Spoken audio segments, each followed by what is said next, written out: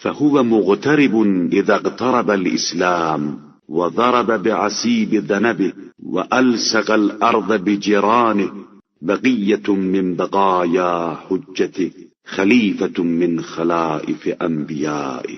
وہ اسلام کی غربت کے ساتھ غریب الوطن ہوگا اور اس اونٹ کی طرح ہوگا جو تھکن سے زمین پر دم پٹک رہا ہو اور سینہ زمین پر ٹیکے ہوئے ہو. اللہ کی حجتوں میں سے آخری حجت اور اس کے انبیاء کے خلفاء میں سے ایک خلیفہ. ایھا الناس انی قد بثثت لكم المواعظ التي وعظ الانبیاء بها اممهم وادیت الیکم ما ادت الاوصیاء الى من بعدهم. لوگو، میں نے تمہارے لیے وہ تمام نصیحتیں پیش کر دی ہیں جو انبیاء نے اپنی امتوں کے سامنے پیش کی تھیں، اور تم تک ان تمام ہدایتوں کو پہنچا دیا ہے جو اولیاء نے بعد والوں کے حوالے کی تھیں.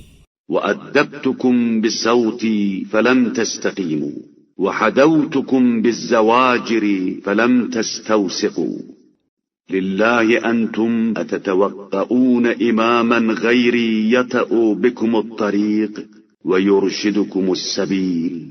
میں نے اپنے تازیانے سے تمہاری تنبیہ کی، لیکن تم سیدھے نہ ہوئے، اور تم کو زجر و توبیخ سے ہکانا چاہا، لیکن تم متحد نہ ہوئے.